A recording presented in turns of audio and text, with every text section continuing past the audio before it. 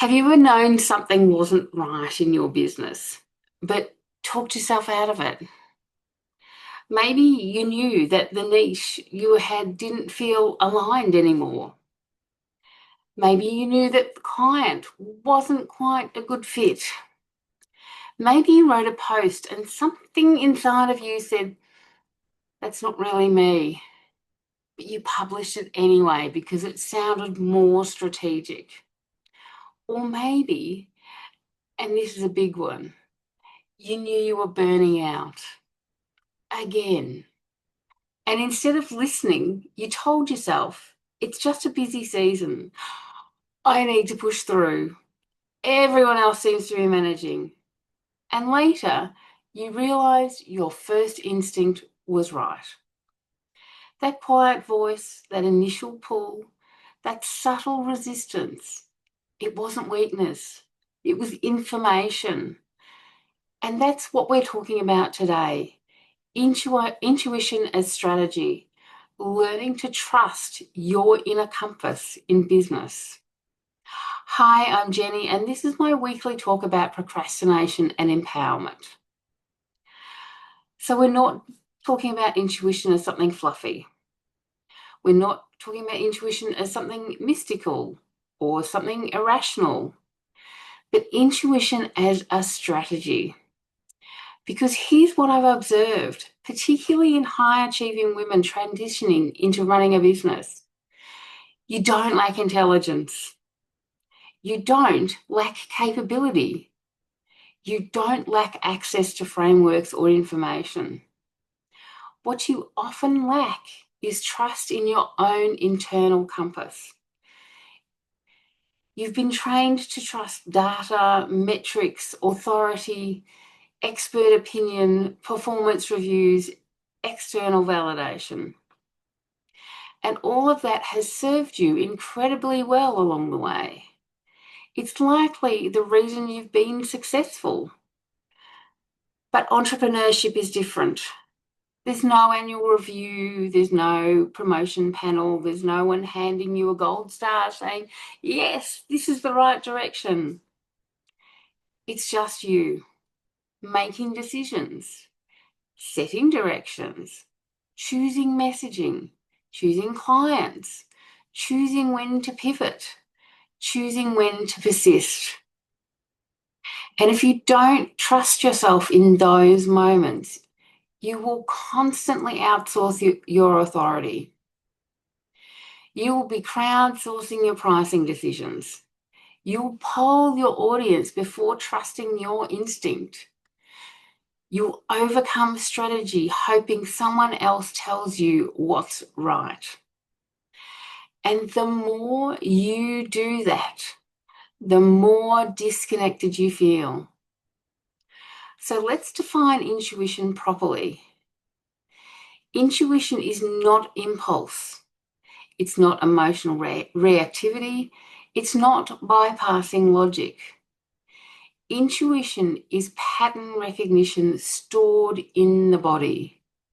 It's your brain processing thousands of micro observations, tone shifts, behavioral cues, past experiences, internal values, and it's doing it faster than conscious thought. It's integrated experience. It's wisdom that doesn't always arrive with a spreadsheet. And when you override it repeatedly, something subtle happens. You start to doubt yourself. Not just your decisions, yourself. You begin to second guess, saying things like, am I overthinking? Am I being too sensitive? Am I just scared? And eventually you stop even checking in with your inner knowing. You default to strategy over alignment, logic over instinct, evidence over embodiment. Now here's the nuance. Strategy matters, data matters, skill matters. But strategy without self-trust creates misalignment. And misalignment is exhausting. Many women think they burn out because they're working too hard. Often they burn out because they're working against themselves, because they ignored the early signs, the subtle nudges, the quiet, this isn't quite right. And here I want to explore what changes when you stop overriding yourself and start integrating intuition as part of your business strategy. But before we talk about how to trust your intuition, we need to understand something first. Because if intuition is so powerful, why do so many intelligent, capable, high-achieving women distrust it? Why does it feel risky? Why does it feel unprofessional? Why does it feel unsafe? That's what we're going to explore next. So let's look at why high achievers, in particular, are conditioned to disconnect from their inner compass. Let me just take a drink.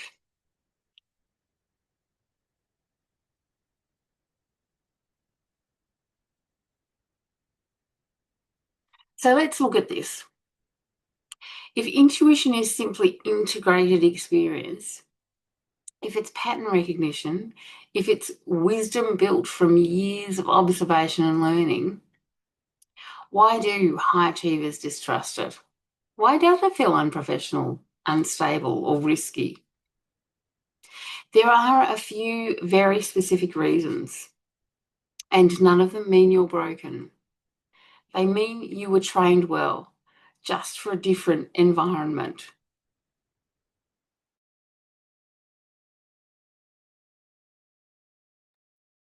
So the first is corporate conditioning, evidence over instinct. If you've spent years in corporate or structured environments, you were rewarded for being able to justify your decisions.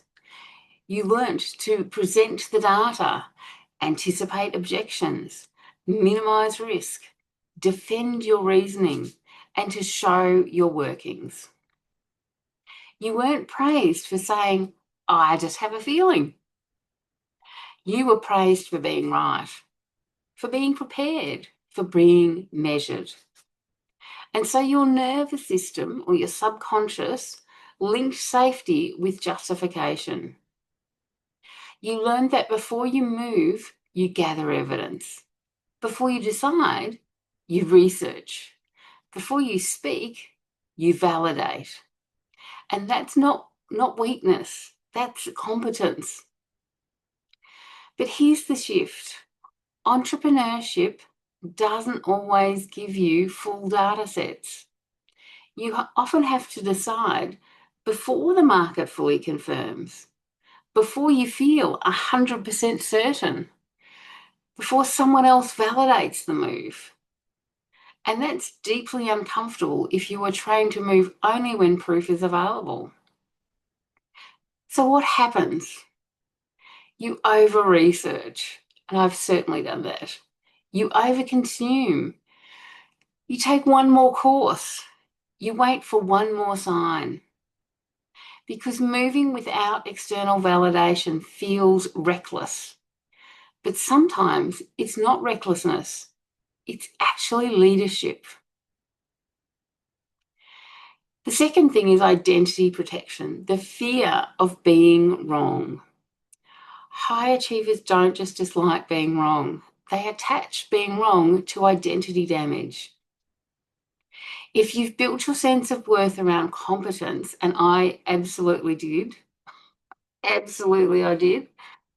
making a visible mistake feels threatening.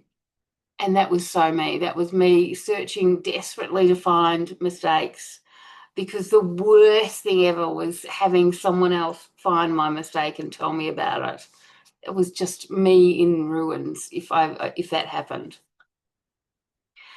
So intuition becomes risky because intuition doesn't come with guarantees. There's no safety net. There is no peer-reviewed citation. There's just you saying, this feels right. And what if it isn't? For someone who has always been the capable one, that risk can feel enormous. So instead, you defer. You ask 5 different people. You look for consensus. You delay until the decision feels obvious. But leadership rarely feels obvious at the beginning. And every time you override yourself in favour of external reassurance, a subtle message reinforces, I don't fully trust me. And over time, that compounds. The third thing is emotional dismissal. You learn not to trust your feelings. Many high-achieving women grew up hearing some version of, you're too sensitive, you're overthinking, don't be dramatic, that's not logical, or in my case, it was, I should be seen and not heard. So you learn to prioritize being rational over being attuned. You intellectualized your emotions. You explained them away. You minimized your instincts. Because being calm, capable, and composed felt safer than being intuitive. But intuition often speaks through subtle emotional signals, a tightening in your chest, a drop in energy, a quiet excitement, a persistent internal nudge. If you were conditioned to dismiss those signals, you don't just lose intuition, you just lose access to it. And here's the important distinction. Distrusting your intuition is usually a learned survival strategy. It helped you succeed in environments where emotional neutrality was rewarded. But business ownership is different. It requires integration, logic and instinct, strategy and alignment, not one over the other. The fourth thing is fear masquerading as logic. And there's another layer here. Sometimes what we call being strategic is actually being avoidant. You tell yourself, I just need a better plan. I need more clarity. I'm not ready yet. But underneath that, it's fear of visibility, fear of judgment, fear of expansion. Intuition might be saying, this is the right direction. But fear is saying, wait until it's safer. And because fear is loud and urgent and intuition is quiet and steady, it's very easy to confuse the two, especially if you've trained yourself to prioritize logic over internal knowing. So what happens over time? You override yourself repeatedly. Small decisions at first, then bigger ones. You choose the niche that looks smart instead of the one that feels aligned. You set prices based on what others charge instead of what feels sustainable. You shape your messaging to sound credible instead of authentic. And gradually, you disconnect, not from your business, from yourself. And here's where this becomes really important. Because ignoring your intuition doesn't just delay decisions, it has consequences. It shows up in burnout, in resentment, in feeling flat in your own business, in building something that looks good on paper but feels heavy in your body. So let's look into that. Let's explore what it actually costs when you keep overriding your inner compass.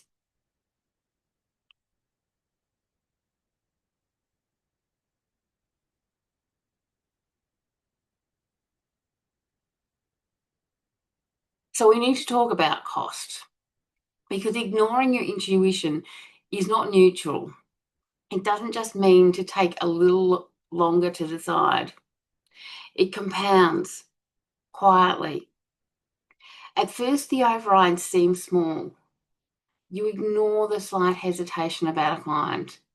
You push through the subtle resistance to a strategy. You override the sense that something doesn't quite fit. And you tell yourself it's fine. I'm just uncomfortable.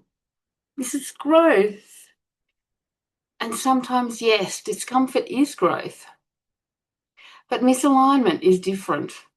And when you override misalignment repeatedly, here's what happens. Firstly, you build a business that looks right but feels wrong. This is one of the most common things I see. On paper, everything makes sense. The niche is logical, the offer is strategic, the pricing is competitive, the messaging sounds polished. But inside, it feels heavy, forced, flat, and draining. You sit down to create content and feel resistance. You get inquiries and feel relief when they don't convert. You hit milestones and feel nothing. That's not laziness, that's misalignment. And misalignment is exhausting because you're constantly working against your own internal signals. You don't burn out just because you're working hard. You burn out because you're working against yourself. The second thing is you over-deliver and undercharge, and I've absolutely done this. When you distrust your intuition, you also distrust your value. Your inner compass might be nudging to say, this is worth more. This boundary matters. This feels like too much. But logic steps in and says, what if I say no? What if I'm not experienced enough? What if I lose the opportunity? So you say yes and you discount, you add bonuses, you stretch, and slowly resentment builds. Not because you're ungrateful, because somewhere inside you, you knew it wasn't sustainable. And every time you override that knowing, you weaken the muscle of self-trust. And thirdly, you stay too long in what's no longer right. This applies to offers, messaging, business models, partnerships, even entire careers. Your intuition will often signal misalignment early, not dramatically, quietly. A loss of energy, a subtle dread, a recurring thought you keep pushing away. But if you're trained to value persistence of over-attunement, you'll interpret that signal as a weakness. So you double down. You tell yourself, I just need to try harder. I don't quit. I've already invested too much. And months, sometimes years, go by before you allow yourself to pivot. Not because you couldn't see it, but because you didn't trust yourself enough to act on what you saw. The fourth thing is you become disconnected from your own voice. And this is the deeper cost. When you repeatedly override your internal signals, something shifts internally. You stop checking in.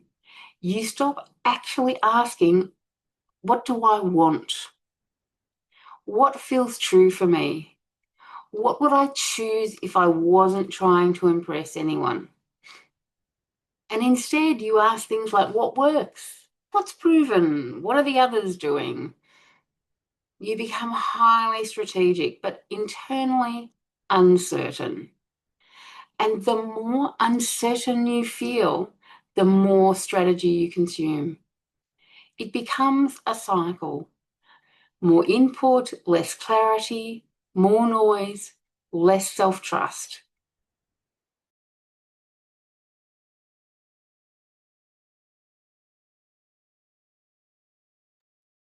Eventually, you feel like a stranger inside your own business. And that's not a marketing problem. It's a self-trust problem. And the fifth thing is you lose decision velocity. Entrepreneurship requires momentum, not recklessness, but movement. When you distrust your inner compass, every decision becomes heavy. You overthink posts, you overthink offers, you overthink pivots, you overthink visibility. You wait until something feels guaranteed. But there are no guarantees here. So you stall, and then you tell yourself you're procrastinating. But often what's really happening is this: you don't trust your own judgment enough to move. And without movement, confidence never builds. Because confidence doesn't come from thinking, it comes from acting and surviving the outcome. And here's the most important piece: every time you override yourself, you send your subconscious a message: your signals aren't reliable. Over time, that erodes something fundamental: self-trust. And when self-trust erodes, everything feels harder. Visibility feels scarier. Pricing feels riskier. Expansion feels destabilizing. Not because you're incapable, but because you've disconnected from the one thing that stabilizes entrepreneurs long term: internal authority. Now, here's where this gets a little more subtle, because I can already hear the question forming. If I start listening to my internal signals, how do I know I'm not just listening to fear? How do I know it's intuition and not avoidance? Alignment and not anxiety? Wisdom and not self-sabotage? And this is the critical distinction, because fear is real and it speaks loudly, but intuition speaks differently. So let's break that down. Let's explore how to tell the difference between intuition and fear so you're not mistaking one for the other.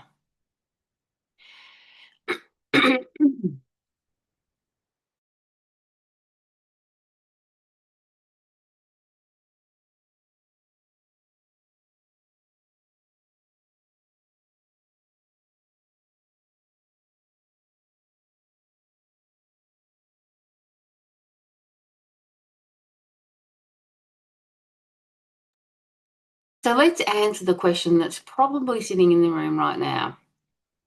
If I start listening inward, how do I know it's intuition and not fear? So fear is loud, it's persuasive, and it sounds intelligent sometimes. And if you've been overriding yourself for years, the signals can feel tangled. So let's untangle them. First, here's something important. Fear and intuition can both show up when you're expanding. So the goal isn't to eliminate fear. The goal is to be able to discern the difference. You don't become fearless in business. You become more attuned. So let's start with how they feel. Fear tends to feel urgent, catastrophic, all or nothing, shame-based, and future-focused. So you might hear fear saying things like, everyone will judge you. This will ruin your credibility. You will look stupid. Don't risk it. It's loud. It wants certainty.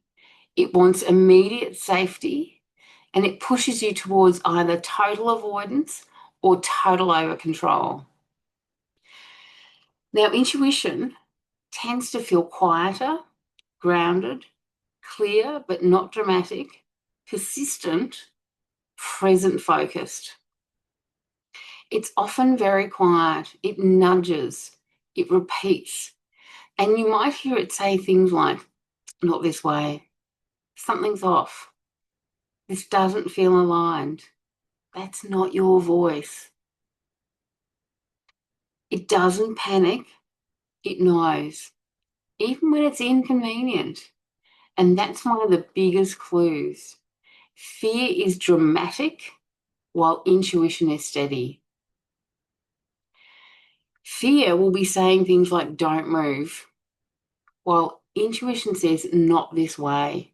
So you can see intuition there is indicating you should be moving, just in a different direction. And this distinction is powerful. Fear wants you to shrink. It's telling you things like don't post, don't launch, don't speak, don't change. Intuition rarely says don't move at all. Instead, intuition is saying things like, this message isn't true. This client isn't aligned. This price isn't sustainable. Or this pace isn't healthy. Fear blocks expansion entirely. Intuition refines direction. And if you ignore intuition long enough, it just gets louder. But it usually starts subtle. So something you can try is a body test, and this is practical.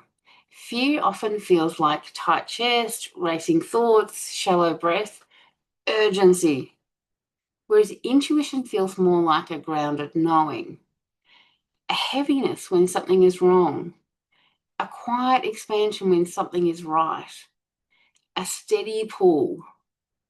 When intuition leads you into something scary, like raising your prices or pivoting, there's often a strange calm underneath. And you might think this is uncomfortable, but it feels true. Fear feels destabilizing, whereas intuition feels stabilizing, even if the action is bold. Another thing is the time test. Fear is reactive. It spikes in response to visibility, risk, or perceived judgment. Intuition, on the other hand, is consistent. If a thought keeps returning gently, repeatedly, over weeks or months, that's rarely fear. That's knowing. For example, you keep thinking about refining your niche. You keep feeling drained by a certain offer. You keep sensing you want to speak more boldly. You override it, but it comes back. That repetition is data. Fear fluctuates with circumstance. Intuition persists across time. So another thing is the aftermath test. And here's another way to check. When you override fear, you often feel relief. When you override intuition, you often feel regret. Think about times you said yes when you knew it wasn't right. The immediate relief might have been, okay, conflict avoided. But a little bit later, you're feeling resentment, you're feeling drained, you're feeling frustration. Now think about times you acted despite fear, but aligned with intuition. It was scary, but afterwards, you felt pride, you felt expansion, and you felt grounded confidence. Fear avoidance shrinks you, whereas intuitive action expands you. And here's something important. Sometimes fear attaches itself to intuitive moves. For example, your intuition says raise your prices.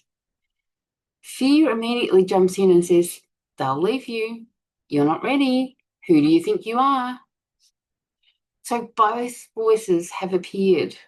The difference in this is intuition points to direction, fear comments on consequence. If you can separate those two, you regain clarity.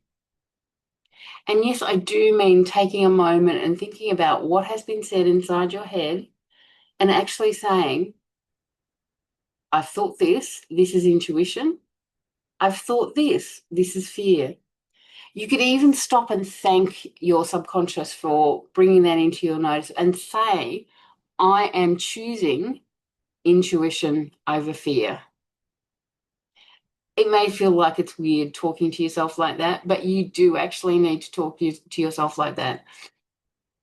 And saying it aloud makes a lot of difference. So if you're alone and you can say it aloud, you get additional processing of it because it's coming through your hearing as well as in your head.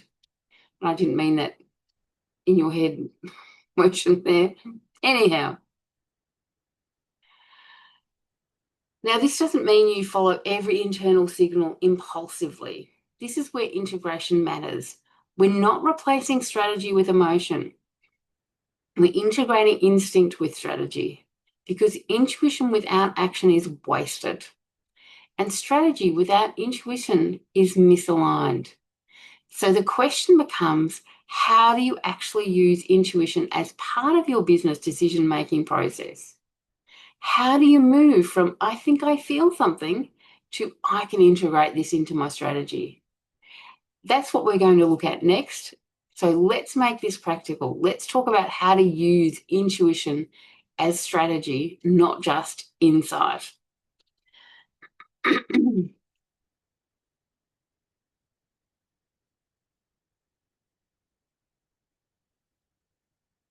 Now we move from understanding issue to integrating it. Because insight without implementation doesn't change anything. And we're not here to admire the concept of intuition. We are here to use it. So let me give you a simple grounded framework for using intuition as part of your business strategy, not instead of strategy, as part of it.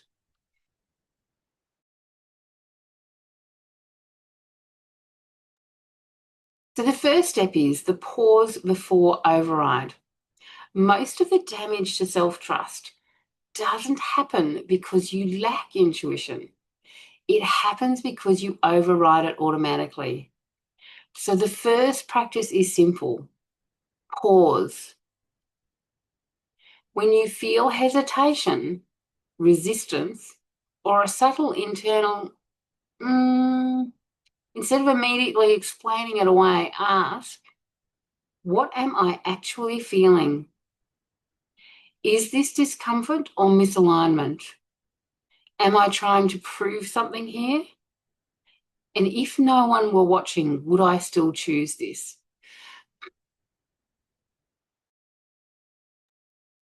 So let me go through those questions again if you want to write them down. The first is, what am I actually feeling?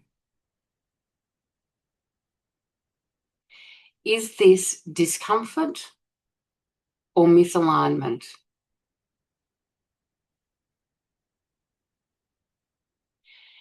Am I trying to prove something here?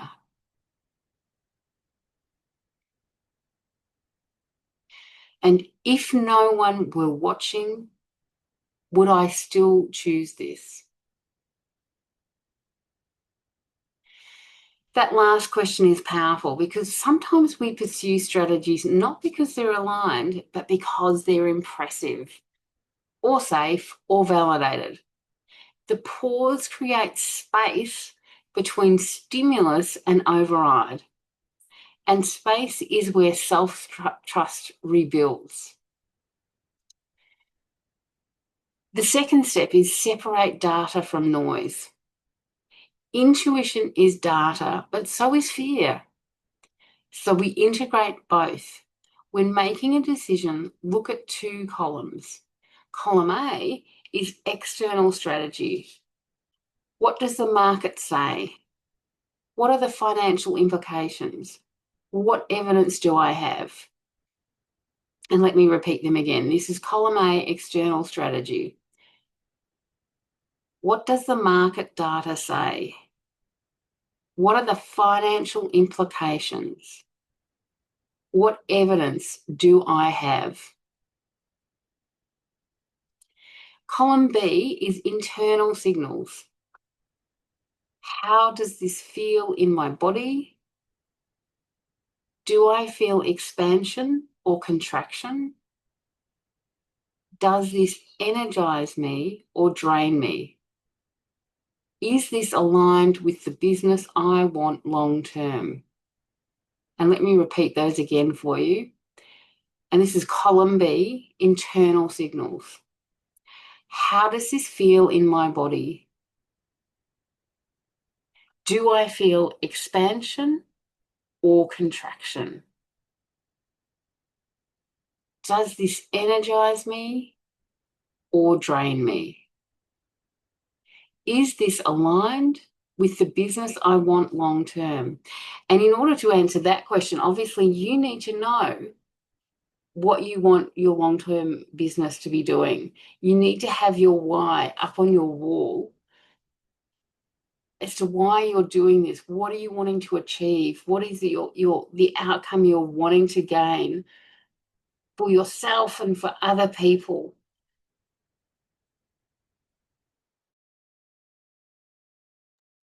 Most high achievers are very skilled at column A. Yeah, that's what I am as well. And often they ignore column B, and it took me a long time to learn to look for these things. But sustainable entrepreneurship requires both. The goal isn't to eliminate logic, it's to prevent logic from silencing alignment. And step 3 is the 10% alignment adjustment. And here's where many women get stuck. They think listening to intuition requires dramatic pivots.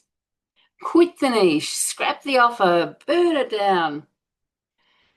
But that's fear talking. Intuition often asks for refinement, not revolution. So instead of asking, what massive change do I need to make? Ask something like, what would 10% more aligned look like? And that maybe means slightly adjusting your messaging so it sounds more like you. Raising your price incrementally, and I'm so in favor of this. Even if you don't feel comfortable having high prices to start with, start somewhere you're comfortable, or maybe a little above somewhere where you're comfortable, and gradually increase it as you get clients willing to pay that amount. So, like, I know I've mentioned it before. I remember someone who started their price at, I don't know, $200 or $300 per hour, and they gradually increased it by $50 or $100 or something. And they just gradually brought it up until they were at a level where they felt like they couldn't raise it anymore, and they rested for a little while. And then when they started to feel comfortable again, they started raising it again. It's a really good tactic if you're feeling uncomfortable about what you're charging. Start where you're comfortable, but don't leave yourself sitting there for too long, and just gradually build it up. And the next thing is removing one bonus that drains you. So if you're giving too many bonuses, just pick one and throw it out. Don't offer that anymore. It's saying no to one misaligned inquiry. So you've got someone who's like interested in coaching, but not necessarily exactly what you're wanting to do. And say no to that one. Or speak one honest sentence that you've been softening. So if you've been avoiding saying something that you truly feel, or there might be a range of them, but just speak one of them. So these are small aligned adjustments. And the more you make them, they compound. So it's like interest. So each time you make a slight adjustment, and they gather together, it makes you more likely and more easier to do those same kind of adjustments. And as you do them more, your subconscious realizes that it's safer to do them. It's gathering evidence that it's nothing drastic has happened, and you're okay to keep working on those adjustments. Making them small, making the adjustment small is so important. Trying to take too big a leap does not work, because your subconscious is just going to, no, I'm not doing that. Make them little, and they'll compound, and they'll make your subconscious gradually make change. Most importantly, you don't build self-trust through dramatic leaps. You build it through consistent micro-evidence. So step 4, act before you feel certain. And this one matters. Intuition rarely arrives with certainty. It arrives with clarity. Certainty is a cognitive illusion. Clarity is enough. If you wait until you feel 100% sure, you'll stay in analysis. So the practice becomes identify the aligned direction, take one proportionate action, and ideally just one teeny tiny action, because it's not going to generate as much fear. It's not going to trigger your subconscious as much. So take a teeny tiny action, observe the outcome, and adjust.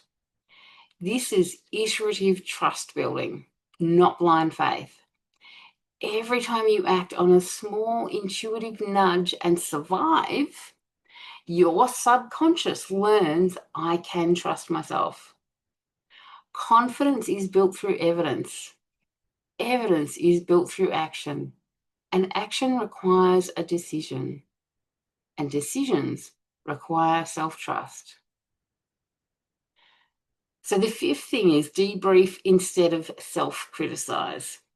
When something doesn't go as planned, and it's guaranteed to not always go as planned, but high achievers default to self-judgment, and I certainly have been guilty of this. And you might be saying things like, I should have known, I'm terrible at this, that was stupid. But that reaction damages the very self-trust you're trying to build.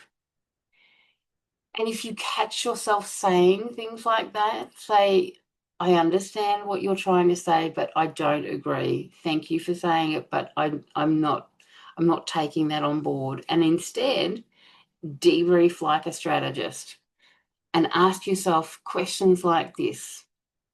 What did I sense? What did I choose?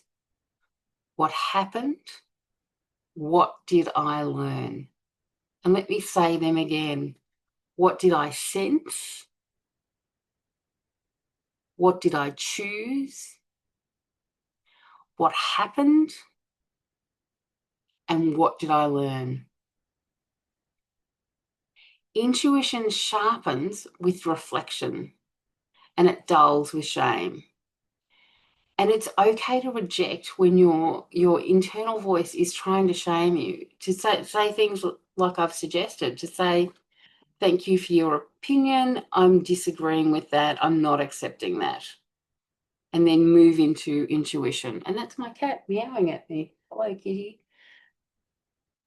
Entrepreneurs who trust themselves don't get every decision right.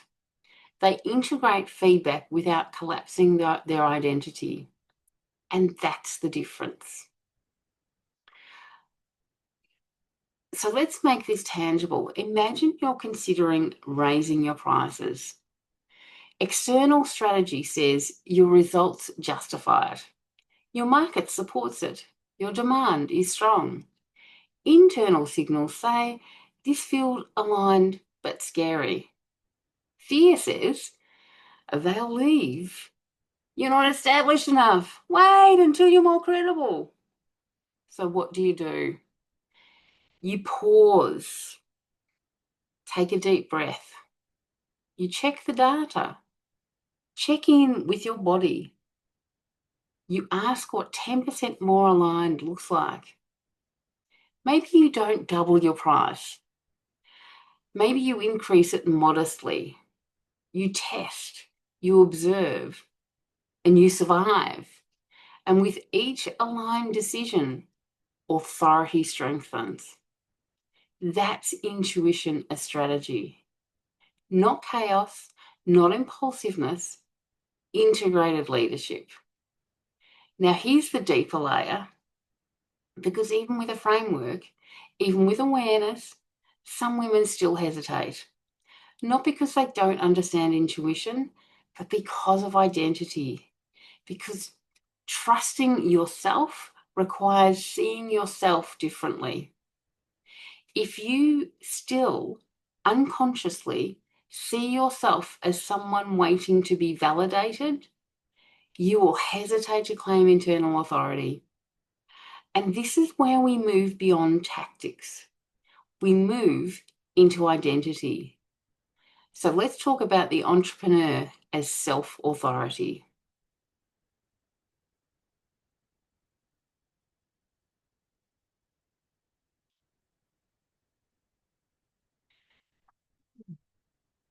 Now we move into something deeper, because you can have frameworks, you can understand intuition, you can even practice small aligned decisions.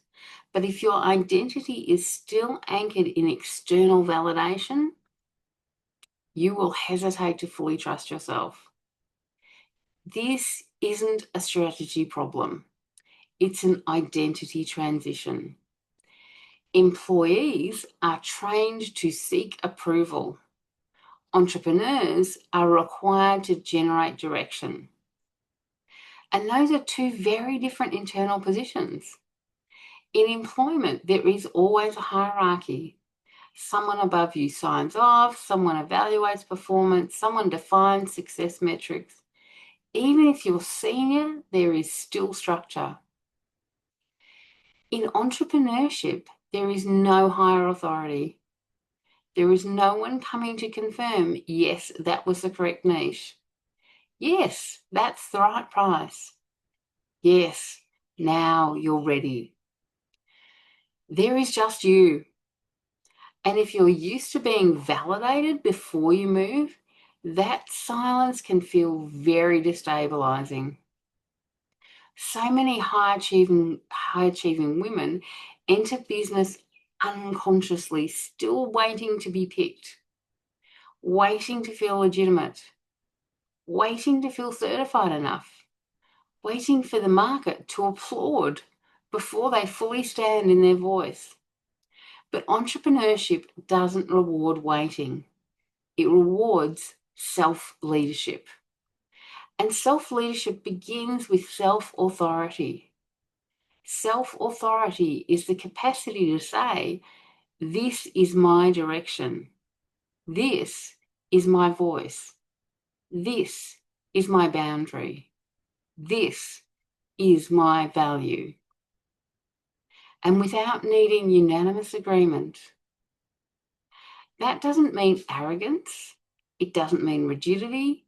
It means internal stability. And here's the paradox. The more you outsource your authority, the less confident you feel. The more you check externally before moving, the less decisive you become. Because every time you defer, you reinforce the idea someone else knows better.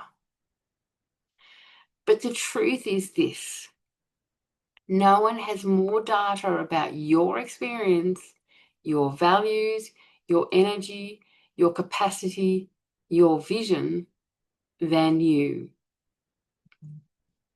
Your intuition isn't guessing. It's integrating everything you've lived. And when you step into self-authority, something subtle shifts. You stop asking, what will they think? And you start asking, what do I think? You stop asking, is this allowed? And you start asking, is this aligned? That's maturity in business. Not more hustle, not more noise, authority. Now, I want to be clear. This identity shift doesn't happen through affirmation alone. It happens through evidence.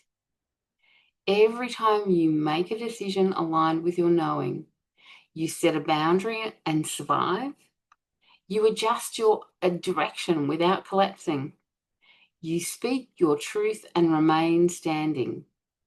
In all of those cases, you are collecting proof. And that proof stabilizes identity. This is why intuition as strategy isn't just a mindset concept. It's a leadership posture. It's saying, I will integrate data. I will consider advice, but I will not abandon myself. Let me repeat that because this is important. I will integrate data. I will consider advice, but I will not abandon myself. And that line, not abandoning yourself, is everything. Because when you build a business from self-abandonment, it will always feel fragile. When you build from self-authority, it becomes resilient. And here's the deeper truth. Most women don't struggle because they lack strategy. They struggle because they don't yet trust themselves as the authority of their own business. And until that identity shifts, no tactic will feel fully secure. So this isn't about becoming more intuitive in a mystical sense. It's about becoming more sovereign, more internally anchored, more decisive without being reactive. That's the entrepreneur identity. And once that starts to shift, strategy becomes clearer. Momentum becomes easier. Visibility becomes less threatening. Because you are no longer asking the world who you are. You are defining it. Now let's bring this home because insight is powerful, but transformation requires decision. Let's move into the closing part. Let's talk about what this means for you practically and personally and where you go from here.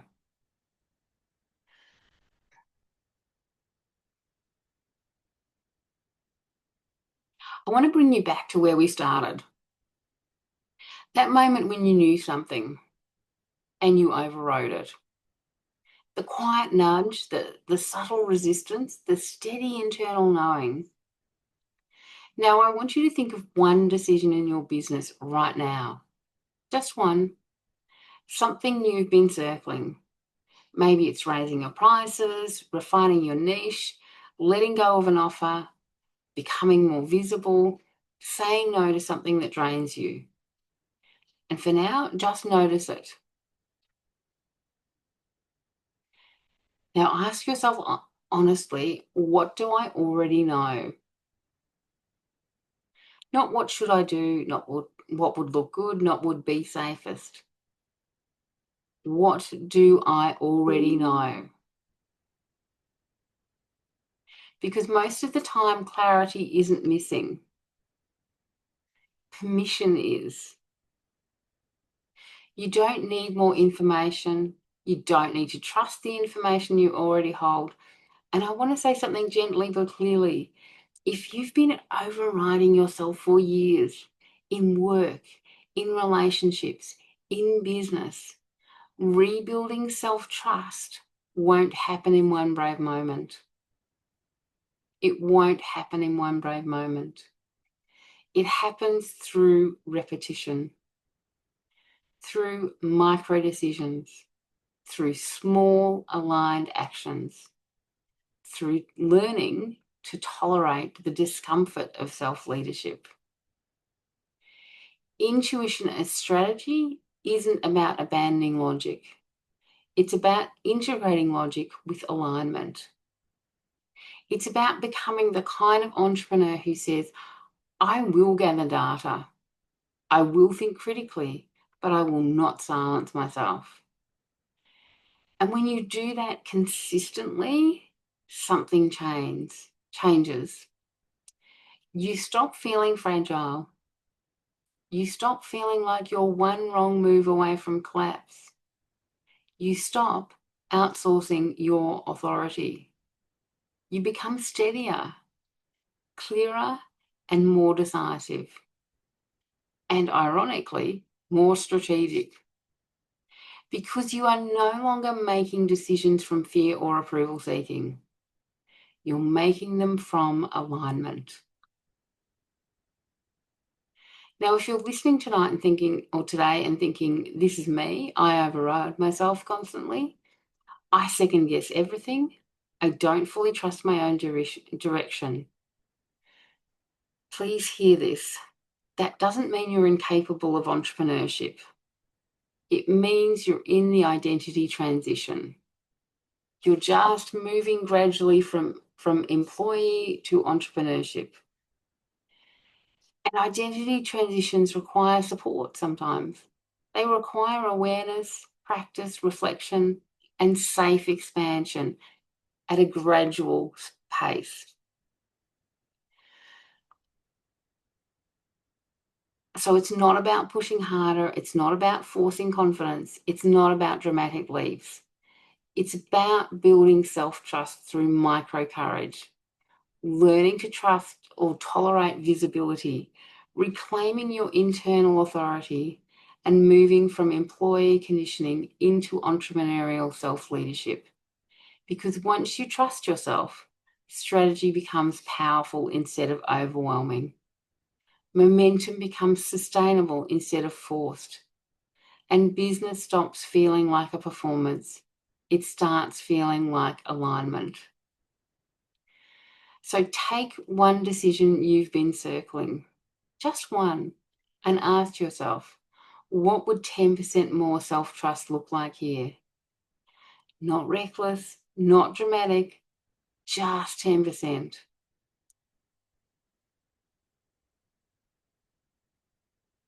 Okay. So for now, just sit with this. You're not behind. You're not incapable. You're not lacking strategy. You are learning to become the authority in your own life and business. And that changes everything. Thank you for listening to this today.